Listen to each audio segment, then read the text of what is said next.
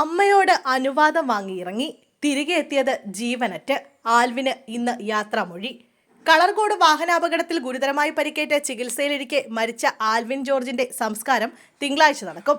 Edathua saint George ഫെറോനോ പള്ളിയിൽ ശുശ്രൂഷകൾക്ക് ശേഷമായിരിക്കും സംസ്കാരം.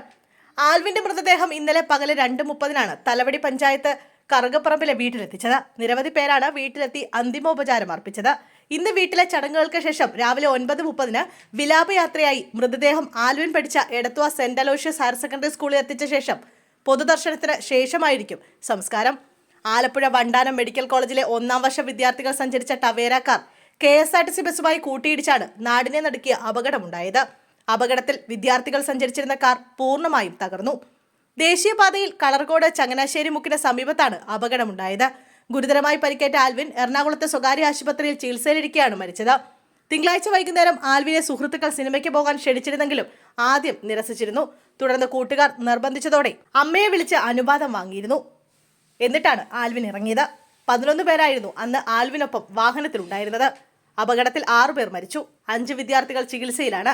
2 പേർ ബൈക്കിലും ഇവർക്കൊപ്പം എത്തിയിരുന്നു. സിനിമയ്ക്ക് പോകാൻ വേണ്ടിയായിരുന്നു കാറുമായി വിദ്യാർത്ഥികൾ ഹോസ്റ്റലിൽ നിന്നിറങ്ങിയത്. ഇതിനിടെയാണ് അപകടമുണ്ടായത്.